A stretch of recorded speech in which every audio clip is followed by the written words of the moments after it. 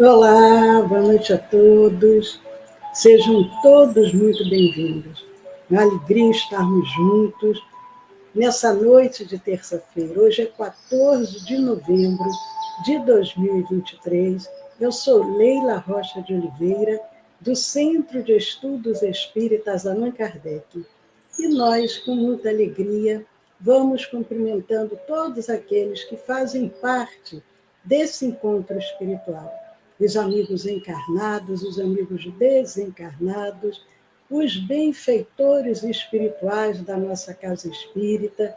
Nós cumprimentamos também aqueles que vão nos assistir depois, através dos nossos canais do Facebook, do YouTube, do Instagram, do Telegram. Então, amigos, sintam-se abraçados, sintam-se fazendo parte dessa grande família, a família do SEAC de Holambra. Boa noite, Mariana Fossati, seja muito bem-vinda. Eu sempre gosto de lembrar que o nosso estudo do Evangelho, às terças-feiras, 20 horas, pelo Facebook, pelo Instagram, ele tem 3 objetivos. Primeiro, estudarmos a mensagem do Evangelho à luz da doutrina espírita, a mensagem do Cristo à luz da doutrina espírita. Prepararmos os trabalhadores da nossa casa e também aqueles que vão nos fazer parte da reunião de vibração e irradiação, aqueles que serão assistidos através dessa reunião, que é uma reunião de tratamento toda terça-feira, de 8h30 às 9h30 da noite. Gostamos também de lembrar que a reunião de vibração, a reunião de tratamento, não é ao vivo, é à distância. O que é ao vivo é o nosso estudo agora do Evangelho. Então, amigos, os amigos vão chegando e nós vamos preparando o nosso ambiente espiritualmente, e para isso nada melhor do que abrirmos uma página do livro Vinha de Luz, abrirmos aqui uma mensagem. Boa noite, Rita Machado, seja muito bem-vinda. Abrirmos uma mensagem do livro Vinha de Luz, que vem através de Emmanuel e Francisco Cândido Xavier.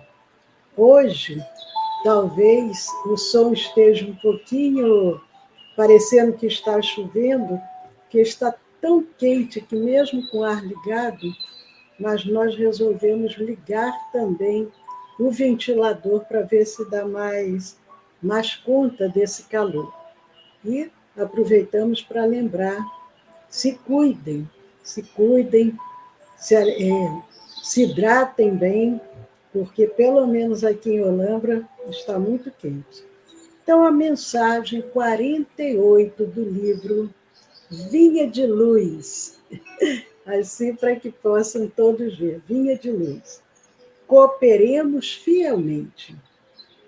Essa passagem se encontra na primeira carta que Paulo escreve à igreja de Corinto. 1 Coríntios, capítulo 3, versículo 9. É uma frase curtinha que Emmanuel selecionou para trazer os comentários. Paulo assim se manifesta: pois somos cooperadores de Deus. Vejam que o apóstolo dos gentios fala aos irmãos da igreja: pois somos cooperadores de Deus. Emmanuel, o Pai é o supremo criador da vida, mas o homem pode ser fiel cooperador dele. Deus visita a criatura pela própria criatura. Almas cerradas sobre si mesmas declarar-se-ão incapazes de serviços nobres, afirmar-se-ão empobrecidas ou incompetentes. Há companheiros que atingem o disparate proclamarem tão pecadores e tão maus que se sentem inabilitados a qualquer espécie de concurso sadio na obra cristã. Como se os devedores e os ignorantes não necessitassem trabalhar na própria melhoria. As portas da colaboração com o divino amor, porém, permanecem constantemente abertas. E qualquer homem de mediana razão pode identificar a chamada para o serviço divino. Cultivemos o bem, eliminando o mal. Façamos luz onde a treva domine. Vejam, amigos, que estamos aqui reunidos. Vou repetir o que Emmanuel nos ensina. Cultivemos o bem, eliminando o mal. Façamos luz onde a treva domine. Conduzamos a harmonia às zonas em discórdia. Ajudemos a ignorância com esclarecimento fraterno. Seja o amor ao próximo nossa base essencial em toda construção no caminho evolutivo. Até agora, temos sido pesados à economia da vida, filhos perdulários ante o orçamento divino. Temos despendido preciosas energias em numerosas existências, desviando-as para o terreno escuro das retificações difíceis ou do cárcere expiatório. Ao que nos parece, portanto, segundo os conhecimentos que possuímos, por acréscimo de misericórdia, já é tempo de cooperarmos fielmente com Deus no desempenho de nossa tarefa humilde. Vejam, amigos, que mensagem belíssima. A mensagem 48 do livro Vinha de Luz. Cooperemos fielmente, pois somos cooperadores de Deus. Paulo, 1 Coríntios, capítulo 3, versículos 9. Vamos orar. Para darmos início a mais uma noite de estudos, rogando aos benfeitores amigos, aos emissários do alto, que estejam conosco. Nós só podemos, Senhor, agradecer, mas ao mesmo tempo te pedir, dai-nos a sustentação, nos auxilie, para que possamos ser cooperadores dignos de Deus. Para isso, é necessário que a mensagem do teu Evangelho fique gravada em nossos corações. Sê conosco, Senhor Jesus, agora e para todo sempre. Muito obrigado, Senhor. Que assim seja, graças a Deus.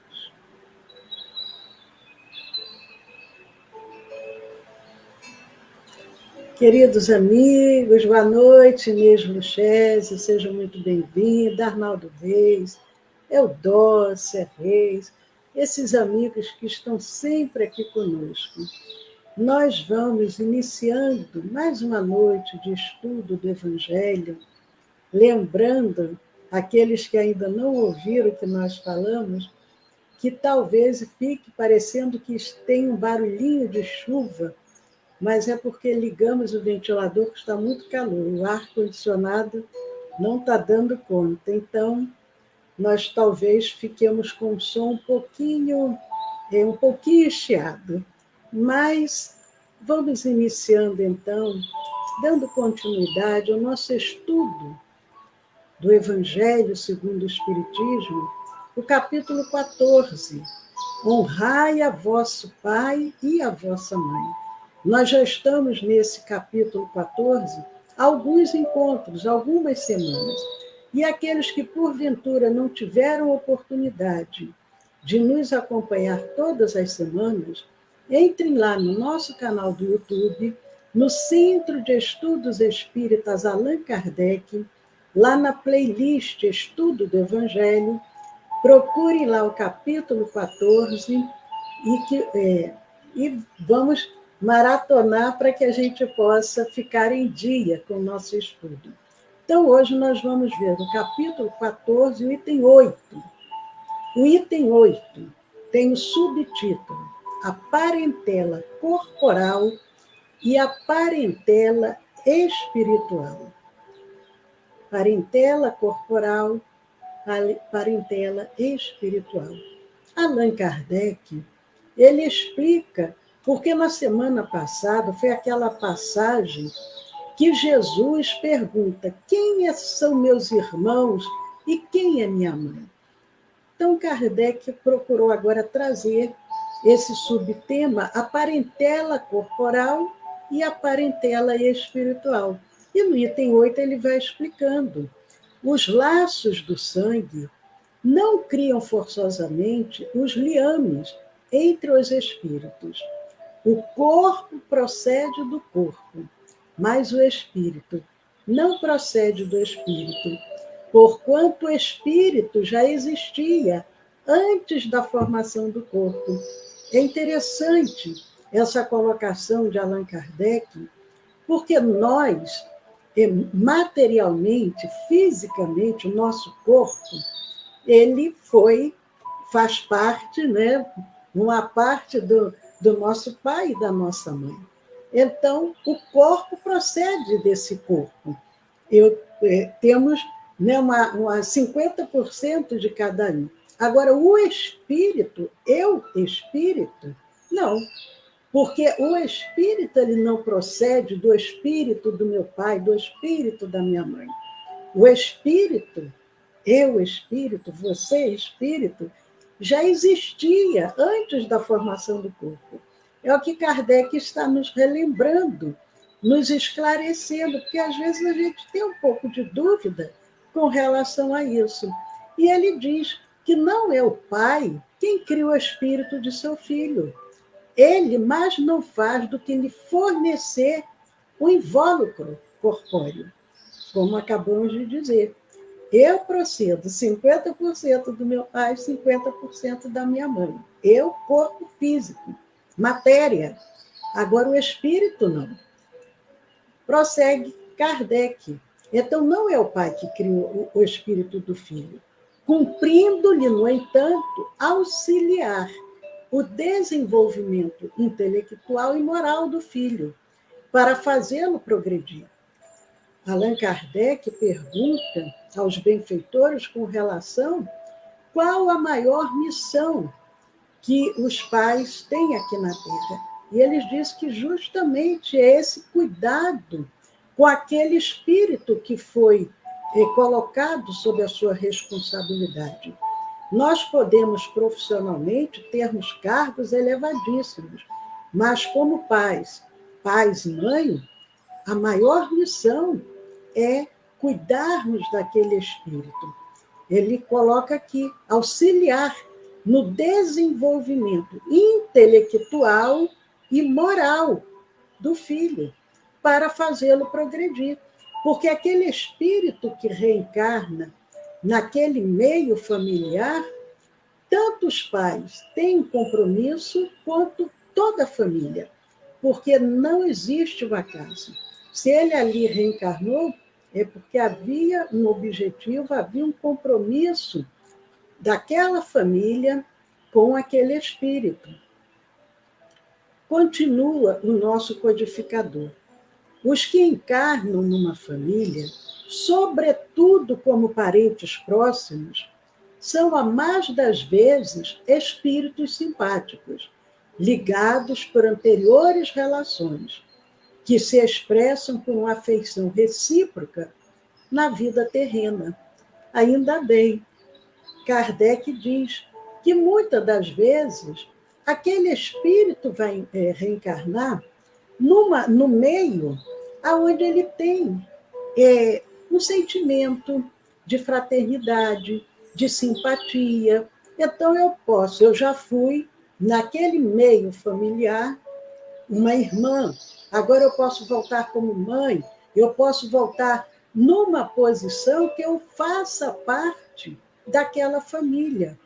São espíritos simpáticos. Nós já temos uma ligação anterior.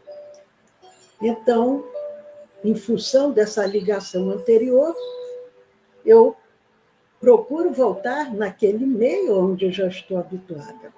Mas ele diz, mas também pode acontecer sejam completamente estranhos uns aos outros, esses espíritos, afastados entre si por antipatias igualmente anteriores, que se traduzem na Terra por um mútuo antagonismo, que aí lhes serve de provação.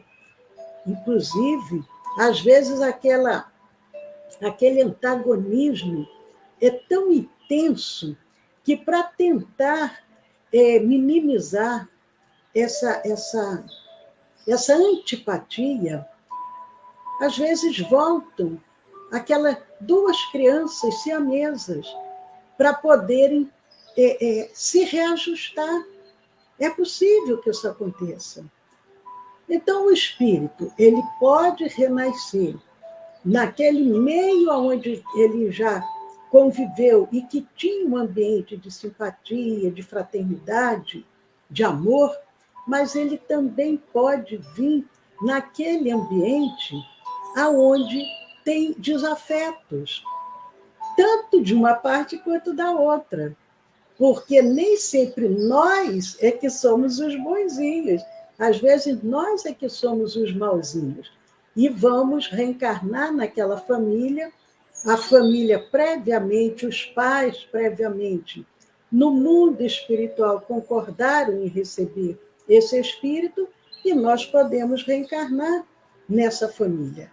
Nós lembramos, acredito que a maioria já ouviu falar do Sigismundo. Boa noite, Tassimara, seja bem-vinda. Está relatado no livro Missionários da Luz, que, através de André Luiz, o Espírito, e Francisco Cândido Xavier, o médium, mas ali conta vários casos de espírito que estão se preparando para reencarnar. E conta o caso do Sigismundo.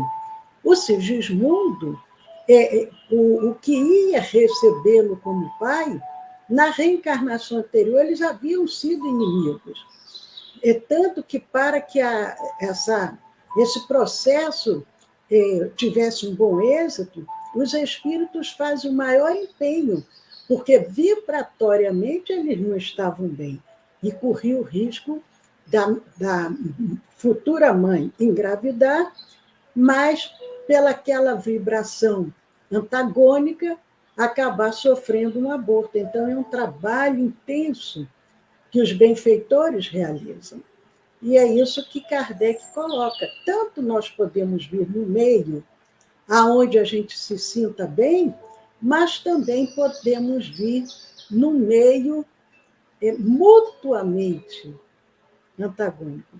Nem eu me simpatizo com o outro e nem o outro simpatiza comigo. Prossegue ele.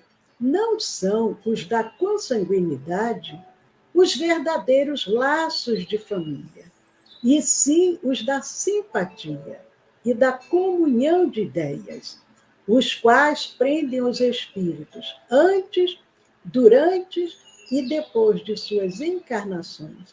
Inclusive, há casos que a criança ela vem no meio familiar, porque ela precisa de alguém para que ela possa retornar, mas realmente a proposta é que ela vá para uma outra família. Então, aquela criança nasce, vai às vezes para um orfanato, e a família realmente que estava vinculada àquela criança vai até ali e se reencontram. Então, tudo isso são planejamentos espirituais que acontecem. Como diz Kardec, não é o sangue que vai dar o verdadeiro laço de família, mas sim que aqueles laços de simpatia, de comunhão de ideias.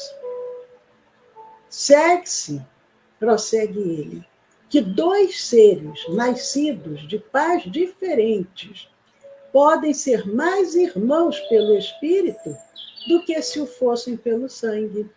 E nós presenciamos isso. A pessoa tem aquele amigo que ele sente um carinho tão grande aquele sentimento de fraternidade tão grande, muito mais do que ele sente pelos próprios familiares. Prossegue Kardec dizendo: podem, então, atrair-se. Vejam, ele diz que podem dois espíritos que não são da mesma família serem mais irmãos pelo espírito do que se o fossem pelo sangue. Então, o que é que pode acontecer numa situação dessa? Para que eles possam se reencontrar.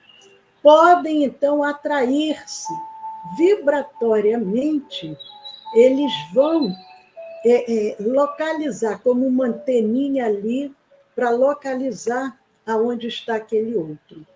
Pode buscar-se, sentir prazer quando juntos, ao passo que dois irmãos consanguíneos podem repelir-se, conforme se observa todos os dias.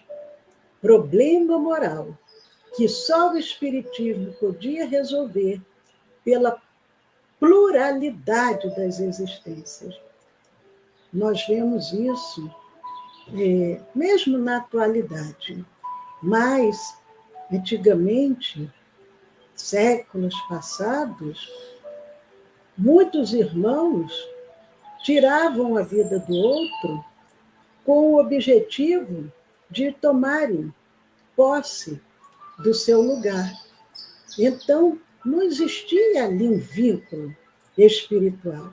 Existia um vínculo consanguíneo, mas eram dois estranhos, e entre esses dois estranhos existia a ambição, o desejo da posse, principalmente entre aqueles reis, aqueles imperadores. Eles faziam muito isso porque eles queriam ficar no lugar do outro. E Kardec nos esclarece dizendo que isso é um problema moral que só o Espiritismo podia resolver pela pluralidade das existências. Por que só o Espiritismo? Porque se nós formos comentar um assunto desse com uma pessoa que acredita que somente existe uma existência, morreu e acabou tudo, ele não vai conseguir entender que esse antagonismo, essa antipatia, essa indiferença, às vezes até assim, um mal-estar intenso que um sente pelo outro, ele não vai conseguir compreender que isso já vem de vidas passadas, porque ele não acredita na reencarnação, não acredita na pluralidade das existências, mas o Espiritismo nos dá esse esclarecimento. Há, pois, duas espécies de famílias: as famílias pelos laços espirituais e as famílias pelos laços corporais. Eu tinha uma amiga que ela frequentávamos a mesma casa espírita, e ela dizia: eu sinto que porque o pessoal fala alma gêmea, não existe assim, Deus não criou alma gêmea para que nós um dia fôssemos nos tornar só um.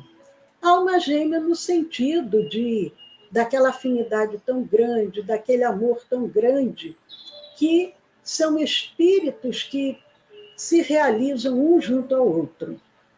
E ela sentia, ela era solteira, que aquela pessoa, aquele vínculo espiritual, para o caso de um relacionamento amoroso, afetivo, de um casamento, ele não estava aqui.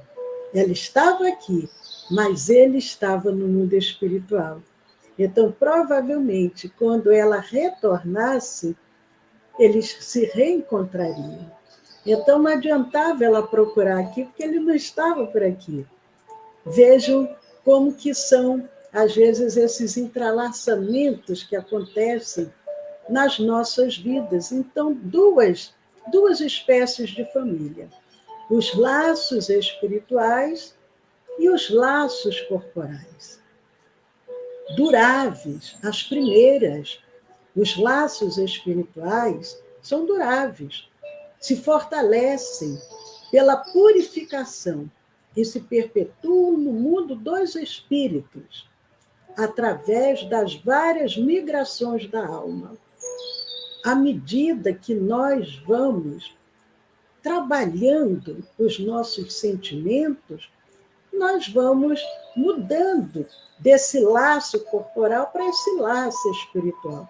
Mas, enquanto isso não acontece, aqueles aos quais nós já conseguimos conquistar esses vínculos espirituais, eles se perpetuam, eles não se acabam. No mundo dos espíritos, como diz Kardec, que é a verdadeira vida, nós vamos ficar juntos, nos reencontrar. Inclusive, nas obras de André Luiz, relata também casos que os espíritos que aqui eram casados, ao desencarnarem, dependendo desses vínculos afetivos, eles vão se reencontrar, ou não. Inclusive, ele cita o caso em Nosso Lar, que o homem ele vivia com duas esposas, o espírito desencarnado e as duas esposas desencarnadas.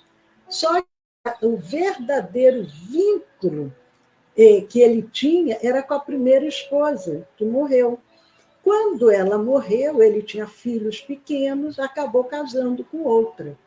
E ela foi uma esposa amorosa, cuidou bem dos filhos, mas quando todos eles desencarnam, eles vivem no mundo, em Nosso Lar, mas ele apresenta aquela primeira como esposa. E a segunda, agora eu fiquei na dúvida se ele dizia que era como uma irmã ou se era como uma filha, porque também tem isso. A pessoa pensa, mas se eu, ao desencarnar, eu vou encontrar vários maridos ou várias esposas?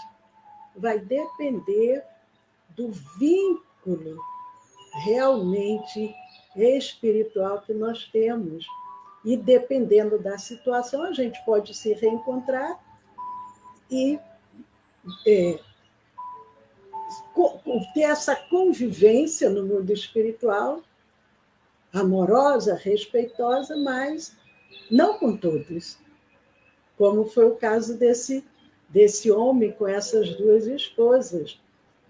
E Kardec diz, aqueles que são os vínculos corporais, esses laços corporais, frágeis como a matéria, se extinguem com o tempo e muitas vezes se dissolvem moralmente já na existência atual.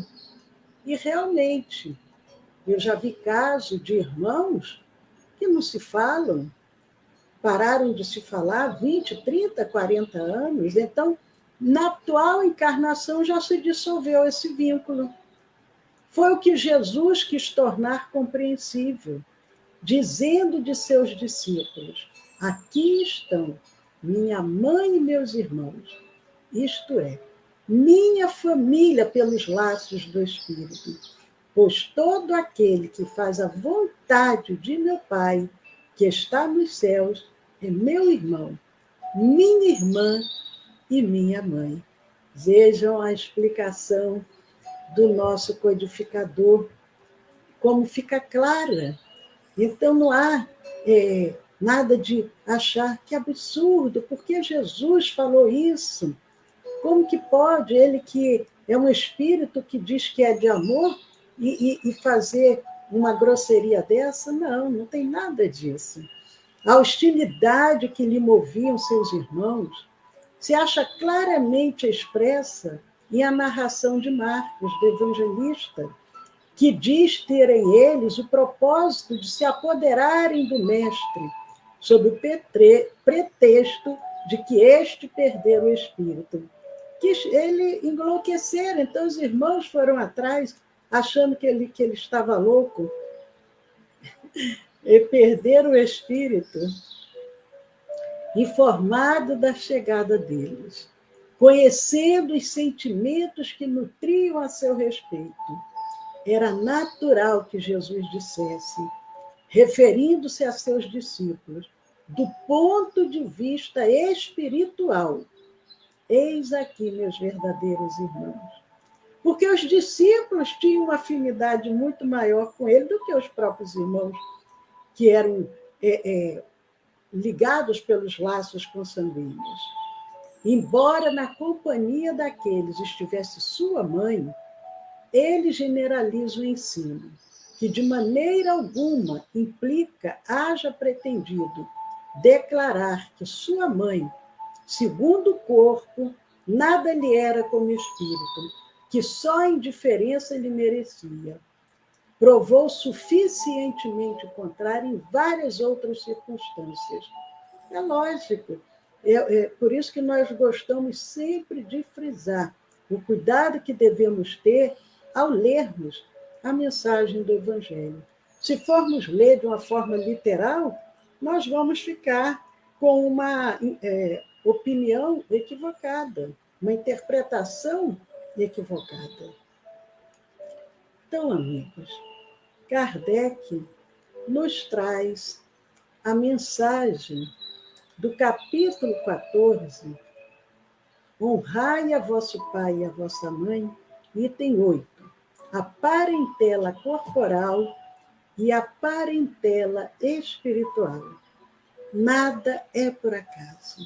Quantas das vezes a gente ouve alguém dizer, principalmente um jovem, eu não pedi para nascer, eu não pedi para nascer nessa família, mas estamos aqui nesse processo.